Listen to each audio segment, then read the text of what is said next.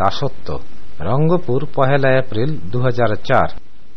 ভারসাম্যহীন কর্মকাণ্ডে অনিবার্য শাস্তি না পাওয়া পর্যন্ত জ্ঞানীদের মুক্তি নেই। ক্ষমা এবং সংশোধনের সুযোগ কেবল অজ্ঞদেরই প্রাপ্য।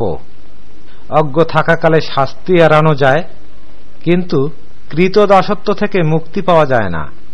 জ্ঞানপ্রাপ্তরা কৃতদাসত্ব থেকে মুক্ত, তবে দাসত্বে দায়বদ্ধ। জ্ঞানীরা সসম্মানে মূল্যায়িত হয় দায়িত্ব পালনের মাধ্যমে। অজ্ঞরা সর্বকালে জ্ঞানপ্রাপ্তদের করুণার মুখাপেক্ষী। করুণা ভিক্ষা গ্রহণ করতে অজ্ঞদের রুচিতে বাধে না। শাস্তি এবং করুণা এ দুয়ের মধ্যে যে কোনো একটিকে বেছে নিতে দিলে করুণা চেয়ে নেবে আত্মসম্মান বোধহীনেরা। তবে আত্মসম্মানিতরা শাস্তিকেই পছন্দ করতে বাধ্য। আত্মসম্মান মানুষকে কৃতদাসত্ব থেকে দাসত্বের দিকে নিয়ে যায়।